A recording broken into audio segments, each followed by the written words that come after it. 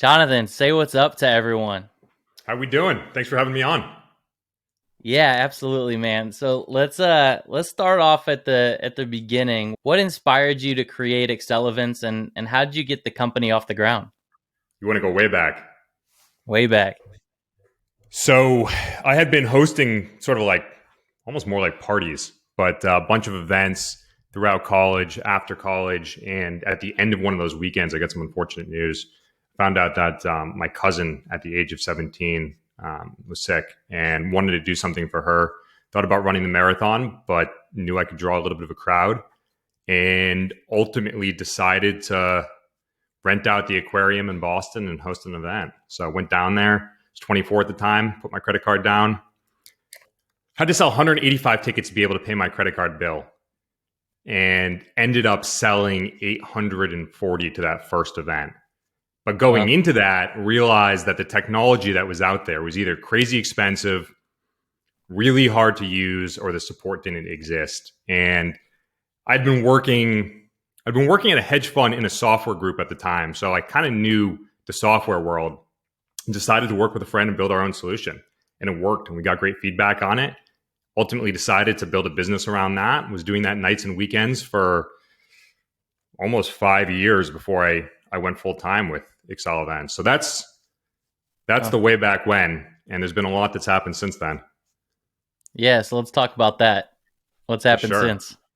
Yeah, so we started off really focused on the fundraising space, fundraising and ticketing. And as things started to progress and our functionality expanded, we then started to lean more into the corporate space. I think in part because I had this data analytics background, and that plus the world of marketing was just so interesting, the way that we could figure out how to use events to help support companies.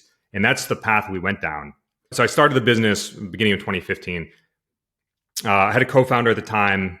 A couple of years in, we were both working full time. He came to me and said, "My heart's not here anymore," and we ended up going our separate ways. Still a very good friend of mine. I was talking to him this morning, actually. But at that point, it was really just me. And then 2019 came. We had hired our first salesperson. We ended up doing 375K in revenue that year. So things were starting to pick up. It was starting to be more like a real business. Sort of past the point of putting my day job money in to support the operations. And it was looking like we were going to be able to do $1 million in 2020. And then March of 2020 came, and the world got flipped upside down. Watched revenue not just go to zero, but because we were getting paid on the transaction fees from ticket sales and all of these events were getting canceled, not only was our revenue zero, but we actually had cash outflow. And everything I'd spent the past 5 years building evaporated overnight. I had nothing left to show for it. But we had been going down this path of sort of like a hybrid future, this belief that technology was going to play a bigger role in events going forward. So we had some of these building blocks in place for the move to virtual events, that is. So I convinced my dad to invest 75K out of his retirement, pretty much at the bottom of the market of the COVID, bust in the S&P.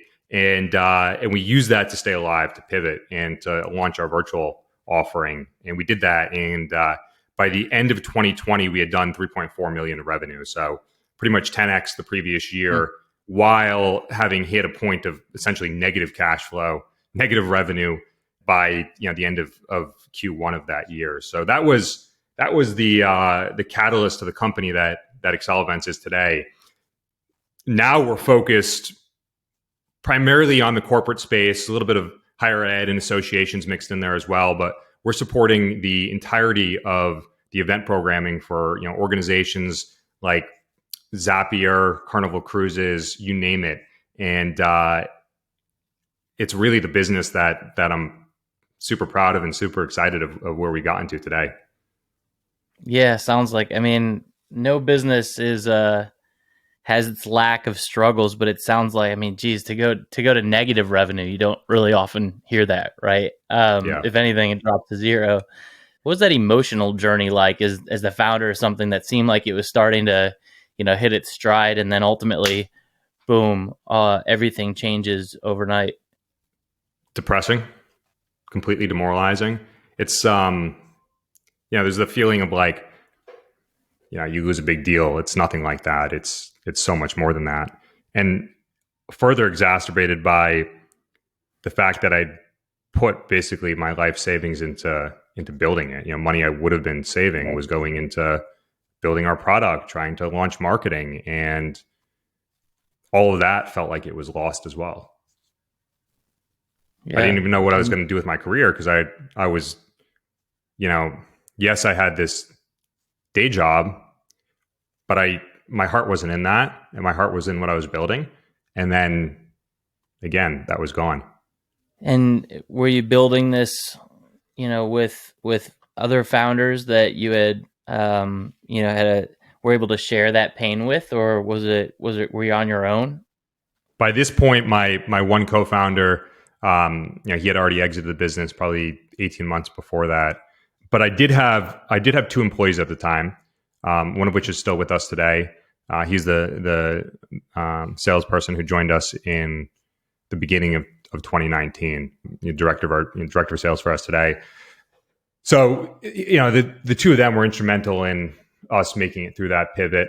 And we had started to expand our international support team as well. And one person who's still with us today, also on our international team, was also critical in that. And yeah, I mean, I think we were just there to support each other and figure out, hey, let's see what we need to do to make something work right now. In this time where like nothing in the world is working. So as a business, a solo founder, solo business owner at that point in time, but some strong team members that you had as a little bit more of a support system, it sounds like. Yeah. Yeah, definitely. So so how did you as a leader, how are you able to lead back from that? Like what, obviously you mentioned one of them still with you, right? Like how are you able to come back from something so devastating as a business owner? I think when you get to this point where it's binary, right? Like the decision is binary. Either you just pull the plug and give up, or you say, hey, let's put everything we have and see what we can make happen right now. I don't think I ever really thought about it that way. I like the way that you're asking. Yeah. I think to me it was always just a factor of, this is like, quitting isn't really an option, so this is what we're going to do. Yeah. And there was a couple month period there, 2-3 months, where I'm kind of dabbling with different things, like nothing was really working. And then there came this point where we like put these like Figma designs together, and Andrew went out and the salesperson started pitching them, and he's like, man, we're onto something here. And then we started getting revenue, commits, cash for a product we hadn't launched yet. And then we're like, all right, now we really need to get after it and get this thing done. And things just escalated from there.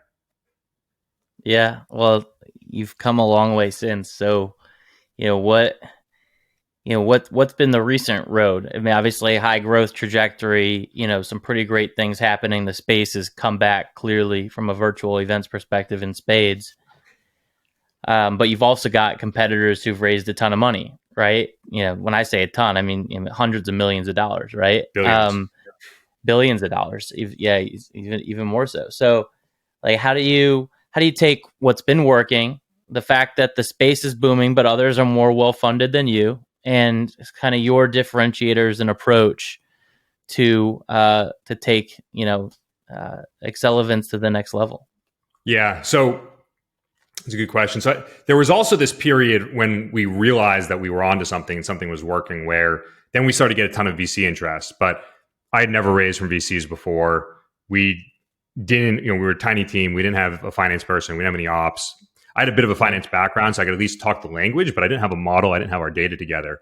And I remember waking up one morning and learning that one of our competitors, who had already raised 40 million Series A, raised 125 million Series B, and just being like,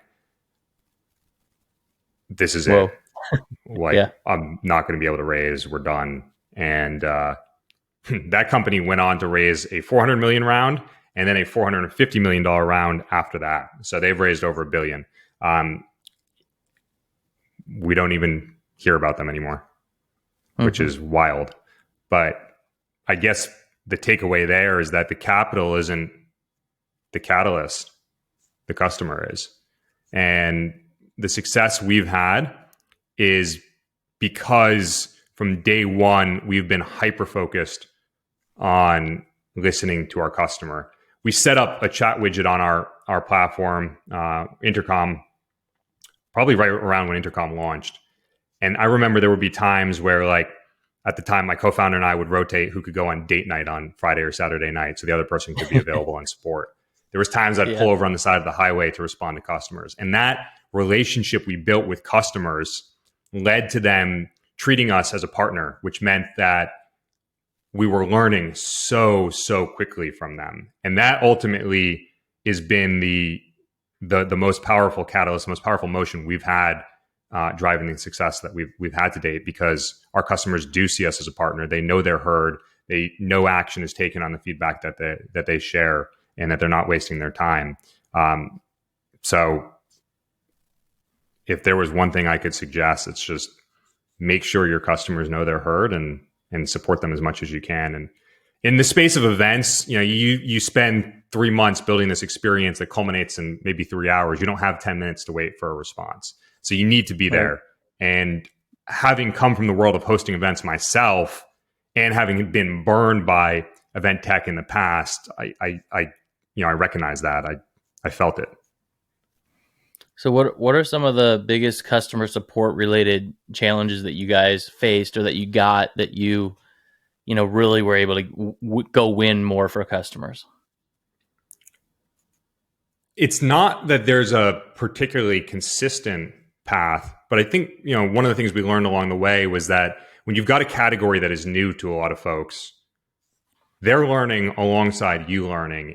And one of the ways that we addressed that was to actually provide dedicated event support during events for our customers, where somebody on our team would be there helping to manage speakers, make sure people in the right place, field questions from sponsors and exhibitors, all in real time.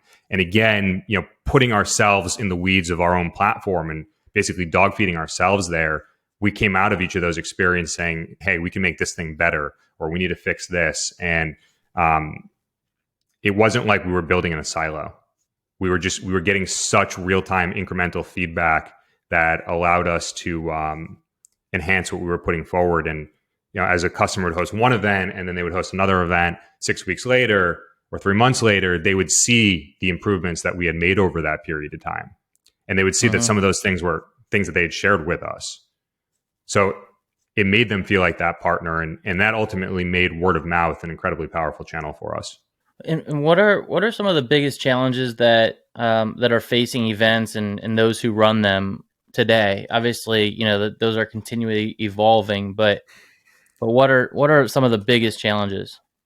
Yeah. So 3 years ago, at the beginning of the pandemic, event teams were slashed, cut in half, and then virtual was introduced. Today, the teams have never recovered in size, but the expectations on the event team is, hey, you're going to do the same level of in-person events, but you're also going to do twice as many virtual events or digital events. So the workload has more than doubled. And on top of that, there's been this huge transition in the way that events are viewed within an organization, where data is just so much more visible and expected because of what came out of virtual events. And that's changed the way that the CMO and the CEO and the demand gen teams are looking at their event programming. And that in itself is also, it's also an ask on that event team. They need to be able to provide the results, analyze the information, and from a quantitative perspective, continuously enhance these events and experiences. And mind you, events, they make up 25 to 30% of B2B marketing budgets. So it's a massive chunk of spend, right? It's not like, it's not like a 2% spend where nobody cares. It's got to be working. So these challenges have essentially meant that technology needs to be there to make life easier for event organizers, not just the night before their event, but throughout the entire process. And ultimately, the way that we approach what we're building is, if we can help an organizer get an extra hour of sleep the night before their event because they're a little bit less stressed, then we're doing our job. Yeah, and what are some of those key factors, most important factors for event organizers as they're considering what event platform, what services, how to bundle things to support their role? Yeah. Like, what are those? So I'll answer that by we consider event tech often to fall within marketing tech. There's something like, I don't know, 7,000, 10,000 MarTech tools out there today. And one of the biggest challenges is that you've got this mix of platform solutions where they have a little bit of everything, and then you have these best of breed solutions. And teams spend so much time trying to connect these different tools together. And Mm-hmm. also because they may buy a platform tool that doesn't have a component. And it's not even that, a basic component would be insufficient. It's just that it doesn't have anything. So now they've got to spend all this time connecting tools, managing different tools, trying to figure out the data silos. Our approach is that it's one holistic platform, one experience where you can do everything you need. Certainly, you can connect your other tools if you need to, but we want to put you in a position where you're never forced to do that, so that you're not prioritizing what you need to do to execute that event based on having to fill gaps in technology. And this also means that you don't have the data silos that would come out of a discombobulated set of tools here. Everything, again, is in one spot, and you really get to understand your attendee so much better as a result of that. So, again, not to say we're not big advocates of integrations. I'd actually venture to say quite the opposite. We think that because there's so much more data today, those core integrations, your Salesforce, your HubSpot, Marketo, Pardot, platforms like that, which are the system of record for that customer data, need to be incredibly deep, because there's so much first-party data that marketers have the opportunity to really execute upon.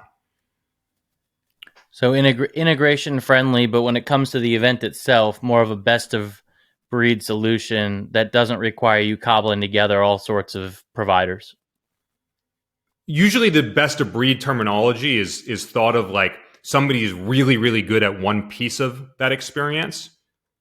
And our goal is to be really, really good at every piece. But our bigger belief is that there's the core aspect of the platform, which really starts with your event website and your registration experience, right? And then you've got things like managing your exhibitors, managing your speakers, running your virtual event, the video broadcasting component. And we have all of that under one roof. Yeah. And you can still bring in a different vendor or provider for some aspect of that, but we don't ever want to put you in a position that you have to. Mm-hmm. Have you found the need to educate folks on why bundling or why a standalone offering is better than bundling? Well, we're talking about it right now, so I guess the answer would be yes. You're educating me, that's for sure. So, but I actually think the answer is more no. And the reason is that they've felt this pain already. And that's why they're coming to us. Mm-hmm. And particularly over the past, we're recording this in March of 2023, particularly over the past 6 to 9 months where marketing teams, have been hit pretty hard, and particularly ops teams as well, and marketing ops teams, the resources aren't there to connect these different tools together internally. And Mm-hmm. we don't want that to be a reason that you can't create the event experience that you want to create. Yeah, immersive, engaging. I mean, you guys are really focused on the experience for Absolutely. your customers, and that feels like a real differentiator compared to some of your competitors out there. Yeah. So when you think of the future of events, right? And I obviously nobody would have predicted COVID happening and that being the future that was experienced. But when you think of the future that seems like it's in front of us, what is the future of events? What are you guys planning for and thinking about? Yeah. So the future is more about the entire event program.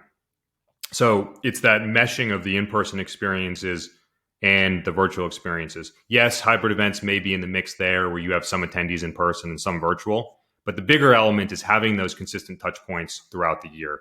The the two biggest transformational shifts that I think are taking place right now that have me so excited and confident about the future of events are the move towards first-party data, the cookieless future, the reduction in third-party cookie tracking, and what that means for the necessity of first-party data. If you think about the different mechanisms for capturing first-party data, you've got things like white paper downloads and ebooks, but all that really gives you is a singular touch point. It doesn't give you any more information about that person, their interests, what they care about, how they engage, who they engage with. Events do. And it doesn't matter if it's in person or virtual. There's ways to capture that information.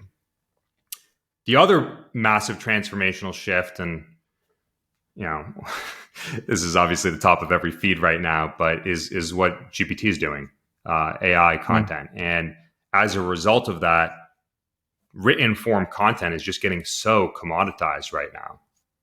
What is working is authentic, organic, human-to-human conversations. And there's no better place for that than events. The companies that find ways to bring their community together, right? Facilitate those environments, those events where their customers can be their advocates, can speak on their behalf, can speak to their prospects, are the ones that are going to build those relationships and really have that authentic conversation take place. So those two elements, I think, are the biggest transformational shifts that we're experiencing, probably will for the next decade. And how do you plan for that in terms of your roadmap, in terms of how you continue to differentiate what, you've talked a lot about your product approach in our conversations before, which I'd love, to some of that to get out to the rest of the audience here a little bit. But aside from that, like, how do you plan for the future of events? Yeah. Well, one part of it is education. So, you asked before, do we need to educate people around the all-in-one nature of the product? Maybe, but the bigger aspect is educating people around what they can do with all of this information and data that they're capturing. And you're seeing, even in this past week, we had Salesforce and HubSpot both drop new integrated AI tools within their CRMs. Tools like that, in combination with the data that you're getting from events, is what is, people like me, event tech people, have been talking about data nonstop for 3 years. But we look at the way that data is used in our platform. Only 4% of the data is actually really put to use. Now, with the way that we can take that information and understand past behavior of a customer, we can look at things like, hey, I'll use HubSpot as an example. Maybe HubSpot's hosting an event where a customer who uses their CRM product and their marketing hub is checking out a bunch of sessions related to their service hub. How can we flag that and send personalized communication to identify if this person is maybe up for renewal with their other customer service tool? And we should be getting on the phone with them and figuring out where that cross-sell opportunity is. So part of it, again, is the educational side. Another part is making sure that the flow of data does exist. And then on the AI side, AI is not replacing in-person experiences yet. I'm sure we're very close to that, and I'm sure it's going to be augmenting them in the very near future. But right now, we're focused on helping people create those experiences, finding the right people to meet with. And yes, AI can assist there, but again, it's not replacing that. You hit on a lot of important points about customer satisfaction, about customer results. What do you think the right balance between general customer satisfaction and profitability for the business is? 1-to-1. I'd talk about that. I'd rather have a 100 NPS and break even company. Why? The same reason that people are out there raising boatloads of money. They think that's going to be, profitable for them 2, 3, 4 years from now. We're not on that train of going out and trying to raise buckets of money. We're more focused on making sure our customers are happy and that word of mouth is spreading organically. It's almost like you're building for the customer. How novel. Crazy idea, isn't it? No, but Crazy idea, I yeah. think you're spot on. It's building for the customers instead of building for the VC. Right. Right. Or any other stakeholder other than the customer, right? When I'm just looking again from the customer lens of picturing myself as an event organizer, Can picturing I actually? I want myself to come. I want to trying. come back to that idea. I think there is Yeah, there is please. an element of that should be considered though. When the company is profitable, that is an opportunity to return cash or to bonus employees. And because the quality of the customer service that you're putting forward is ultimately a result of the people that are behind that, right? Yeah. Everywhere from the way that the product is making people self-sufficient, the people that are creating the knowledge base articles, the people that are directly interacting with customers. And if you're not recognizing and rewarding that, then that's not going to continue. So there has to be an element of profitability to ensure that you're continuing to push forward that customer service mantra. I was gonna. You bring up something. You got me off track, and now I'm getting us back off track. So I'm glad we didn't have a strict agenda for this because that's a really good point. And I wanna go back to something that we've talked about before, connected to the team, connected to building for the team, and the talent that'll ultimately take care of your customers, right? Because it is kind of Yeah. it's a loop, right? And you've implemented some interesting strategies to attract and retain and motivate the Accelevents team. And you've also, made some mistakes along the way on building a team, as we all do. You might just talking a little bit about, either side of that, whether it's the mistakes you made or some of the strategies that you've now implemented due to that. Yeah. Particularly on the customer service side, one of the most important aspects, I mean, empathy is probably number one, but I would say number two is a sense of urgency. Uh, Number three, this is not so much about the quality of the employee themselves, but in terms of managing that team, is recognize the people that are really, really good at their job. Our VP of customer experience, she was promoted 4 times in like I think 2 years, 22 months, Hmm. something like that, because she's really good at her job, and she has that sense of urgency, and that makes a huge difference for that team. Mistakes along the way, yeah. I mean, I've made more than we have time to talk about in this recording, but on the personnel side, when you know somebody's not going to work out, I've numerous times waited too long to make that hard decision, and every time I've made that hard decision, have felt after the fact that I wish I had done that sooner. You and me both, man. Yeah. You and me both. What Uh, what things do you put in place now to make sure you do it sooner, other than just deciding to do it? to be completely honest with you, that's something I'm still working on.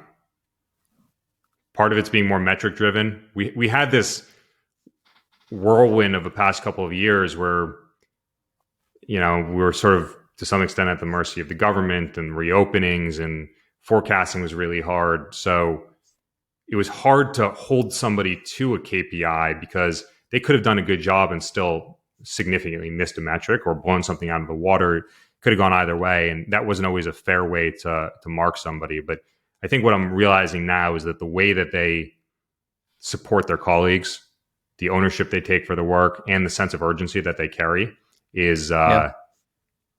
a very good leading indicator of their longevity at the company.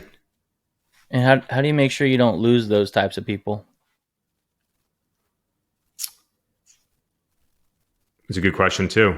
Continued responsibility, which is much easier in a time where a company is growing in headcount, and we're in this era of companies aren't growing in headcount right now. Right. So changing responsibility or increasing responsibility can be harder to find, but good people want to be pushed. They want to continue to learn. They want to be challenged. And if you can find ways to continuously do that and not let them stagnate, Mm-hmm. then I think you're keeping them in a position where they feel like there's still something to be gained. Yeah. When when you are communicating to your team and your team is serving your customer, what is that interaction like in terms of how it does come full circle for you, where you're serving the team and the team is serving your customers? There any certain I won't call them silver bullets, but lead bullets that you leverage as you're building that team and as you're helping them to be a better service of your customer? Celebrate their success. So we have a channel we call Accelevents, and we post, any new sales, big renewals, but also we post CSAT, customer satisfaction responses from support conversations. We post our NPS wins. We post reviews. So it's celebrating every interaction and not diminishing the importance of every interaction with a customer. Yeah. And those interactions are, I can imagine, probably pretty cool sometimes. Any that just really come to mind when you're thinking about outstanding customer support or outstanding customer service? Yeah, I mean, there's numerous. I think sometimes when it boils up to be more public facing, like Zapier, who's a customer of ours, there was some really cool tweets during one of their events referencing our platform, and that that felt really good to see. It felt like a really, it was a big win, a big appreciation of everything that we've been working so hard towards in terms of the experience that we're enabling our event organizers to create. Yeah. That's awesome. Not everyone's a customer yet. So for those event organizers out there that are looking to maximize their event success, maybe that aren't customers today, what advice do you have for them as a first step to maximize their event's success? Yeah. So I think that also gets broken into two categories. You've got the folks who are already running events and they're looking to expand their program or make it better. And then you've got people Yeah. that have not hosted events yet. If you're in the category of we haven't hosted events yet, the best thing that you can do is de-risk that program by starting with virtual. It's far, far cheaper and still time consuming to execute upon, but a lot less time consuming. The other thing that you're going to do along the way is you're going to build an audience. You're going to build a relationship with sponsors, relationships with speakers, so that when you do go to launch that in-person experience, you've de-risked it. You know that there's going to be a baseline of folks who already trust and appreciate what it is that you're putting forward, and they're going to be there for that event. Mm-hmm.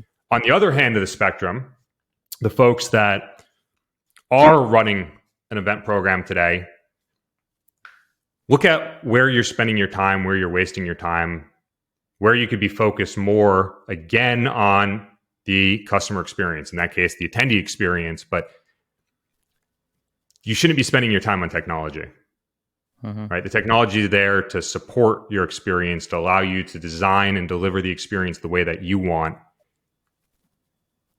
So make sure that you're working with a partner who's supporting you that way. Yeah. All right. I like to close off every show the same way with what I call the Founder Five. So it's 5 quick hit questions around your growth and the company's growth. So the first one is number one metric or KPI that you are relentlessly focused on. NPS. NPS, Net Promoter Score. Yep. Great. We've probably mentioned it a few times already. All right. The second one, top tip for growth stage founders like yourself. Set up chat support and make sure that your median response time 24/7 is less than 60 seconds. Very good. Favorite book or podcast that's helped you to grow as a founder? I really like the All In podcast. I don't know that's the most applicable for growing as a founder, but I just relentlessly listen every Saturday morning. It's a good one. Yeah. Any others that you'd recommend? Tell you what, I've got them all queued up in a LinkedIn post ready to go. So follow me on LinkedIn, and you'll see my 16 podcasts I listen to. There we go. Nice plug. All right. Yeah. Piece of advice that counters traditional wisdom. Don't quit your day job. Yeah, don't quit your day job. Figure out that you've got product market fit, that you're onto something. Too often, I've seen friends do this. They get excited, passionate about an idea, they try to jump into it, and they run out of money, and they don't give themselves a fair shot at something that could have worked because they didn't have enough time to do so. You can That's a do it great nights and point. weekends. You just have to be willing to put in the work. That's a great point. Everyone's so worried about I'm not going to get funded until I have, full-time availability. Well, maybe it's not time for you to get funded yet. Or maybe you don't need to get funded. That doesn't have to be the Right. goal either, right? Focus on Right. the customer. If you can focus on the customer, the funding will find you. Yep. Like that. Let's turn that into a quote. All right. What is going to be the title of your autobiography when you've accomplished all you set out to? Grit. I like it. 4 letters. Nice. Exclamation point? 3 exclamation No, points? Maybe period. just period. Yeah. Yeah, Nice. Okay. grit's not exciting. Depends who you ask. I think grit's pretty exciting, but it should be foundational. Yeah. At the end of the day. So I'll take the period. All right. Or, I'll take that. I'll swap it and merge it with my answer to traditional wisdom, stick-to-itiveness. A mouthful, but still good nonetheless. Yeah, but, we've got a whole book cover to cover. Yeah, this is good. All right, so to close us off here, Jon, you've given a ton back to our listeners today. How can they help you out? Yeah. Well, if you're hosting events, let us know. We want to help you out. It's accelevents.com, ACCEL events. Find me on LinkedIn. I'm going to be posting that list of great podcasts to check out, with yours included. And I post a ton of content about marketing, events, and technology. So let's connect. It's Jon Kazarian What's on the best LinkedIn. way? LinkedIn is the best place to connect with you. Yeah. I'm trying to catch up with Twitter, but running a company and managing multiple social platforms is a lot. Yeah. I don't blame you. I'm a LinkedIn guy myself. Cool. Yeah. Any last words of wisdom before we hop off here? Create more authentic connections, relationships, and put events to work. Awesome. It's been fun, Jon. Thanks. And thanks for joining us on the dirt. Take care, man. Thanks for having me on.